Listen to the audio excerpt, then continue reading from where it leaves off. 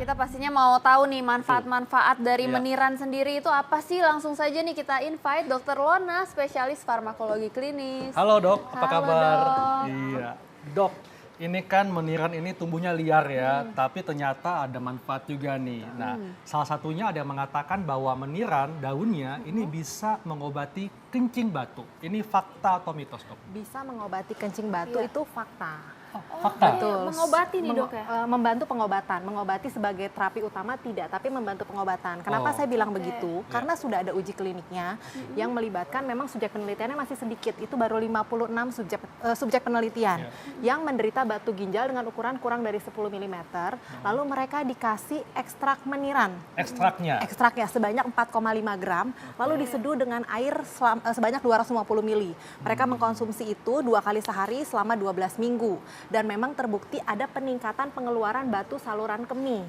Dan berdasarkan teori, memang zat aktif yang terkandung pada meniran itu dapat merelaksasi atau membuka saluran kemih yang kita sebut sebagai ureter. Sehingga pada pasien-pasien yang sesudah selesai melakukan operasi atau penghancuran batu pada saluran kemih, itu dapat membantu pengeluaran. Oh, Gitu. jadi bisa melancarkan Betul, batunya keluar tapi dok ya? perlu diingat, Iya. bukan sebagai terapi utama. Iya. Dan batu ginjal itu kan kompleks, Betul. penyebabnya banyak, Iya. faktor resikonya juga banyak. Betul. Tidak bisa seseorang dengan batu saluran kemih, baik di ginjal maupun di salurannya, mengkonsumsi meniran tanpa berkonsultasi dulu dengan Setuju, dokter. Dok. Oke. Gitu. Jadi boleh saja mengkonsumsi meniran, tapi infokan dulu ke dokternya. Iya. Jangan-jangan atau dikhawatirkan adanya interaksi antara obat yang diresepkan oleh dokter dengan zat aktif yang ada di meniran. Oke, baik dok. Kita masih punya banyak nih mitos atau fakta. Sesaat lagi jangan kemana-mana, tetap di Ayo, Hidup Dok, Sehat.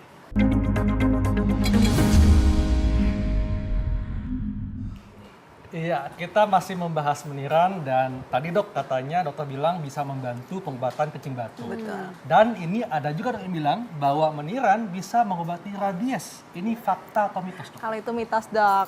Oh, mitos ya? Kalau itu mitos. Jadi rabies kita tahu penyebabnya kan virus rabies. Iya. Dan biasanya seseorang terinfeksi virus rabies karena digigit oleh hewan yang memang sebelumnya sudah terinfeksi virus rabies.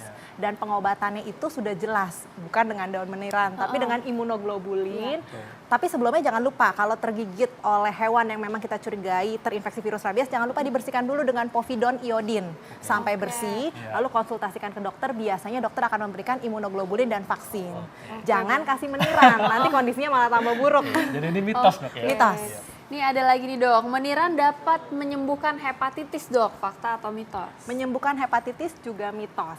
Kita tahu hepatitis itu kan ada hepatitis A, B, C, sama E. Hepatitis B sama C itu hepatitis yang tidak bisa sembuh tapi bisa dikontrol. Sedangkan hepatitis A dan E itu bisa disembuhkan. Nah, meniran itu kenapa ada statement seperti itu? Ada penelitian yang menyatakan bahwa meniran dapat, khususnya zat aktif yang ada di meniran itu dapat menghambat pertumbuhan DNA daripada hepatitis B. Tapi penelitiannya di laboratorium, bukan pada manusia. Jadi saat ini kalau mau dijadikan sebagai obat untuk hepatitis B belum bisa. Oke, jadi ini mitos ya. Iya. Dok, kalau gitu apa dok tips kepada masyarakat supaya bisa mendapatkan manfaat dari daun meniran? Daun meniran pada dasarnya manfaatnya banyak, walaupun belum dibuktikan pada manusia. Penelitiannya baru pada hewan atau di laboratorium. Dan sampai saat ini memang belum ada efek samping yang benar-benar nyata merugikan manusia. Jadi boleh saja mengkonsumsi daun meniran asal dicuci dengan bersih.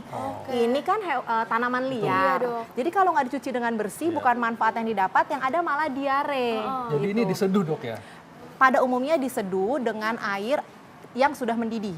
Berapa lama dok diseduhnya? Sampai airnya mendidih. Nah, di penelitian itu tidak ada dengan daun, tapi dengan ekstrak. Oh, ekstraknya. Betul. Berarti yang sudah dalam bentuk kapsul seperti ini ya dok? Nah, ya? tapi masyarakat kita pada umumnya kan tidak mengkonsumsi yang dalam bentuk ekstrak pada umumnya dengan mengkonsumsi yang masih dalam bentuk daun. Iya. Selain itu, untuk pasien-pasien dengan penyakit ginjal yang tadi saya sudah sebutkan batu ginjal, ada juga yang percaya bisa menyembuhkan kencing manis, hepatitis. Meniran tidak menyembuhkan. Jadi alangkah baiknya berkonsultasi dahulu dengan dokter sebelum mengkonsumsi meniran walaupun hanya sebagai obat tambahan. Khususnya untuk penyakit-penyakit kronis dengan faktor resiko yang bervariasi. Oke, baik dokter. Terima kasih banyak dokter informasinya.